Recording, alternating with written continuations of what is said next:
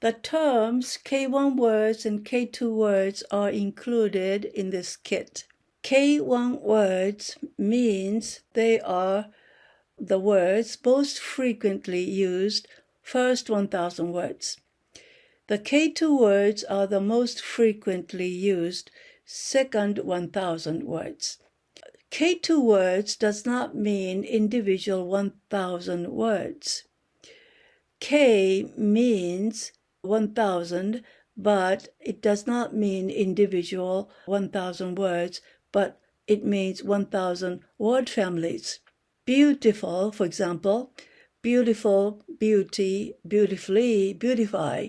These four are one word family. And so K1 plus K2 contains roughly 2,000 not words, individual words, but word families. Roughly 85% of all documents is written within the first 2,000 high-frequency words. And so it is a good idea that our students acquire the first 2,000 high-frequency words. But we do not need to teach them individually on the list or have them memorize those words. When we tell many stories, these high-frequency words are naturally included. And so it is a very good idea to tell many, many stories.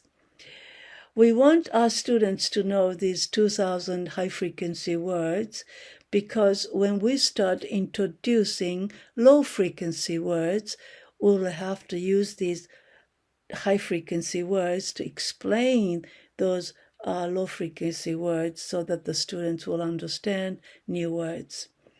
So these are the K2 words that we would like to teach. But like I said, when we tell many stories, these words are naturally included because they are often used words. They are the list of the words which are often used, frequently used. And so when we tell stories, those words are naturally included.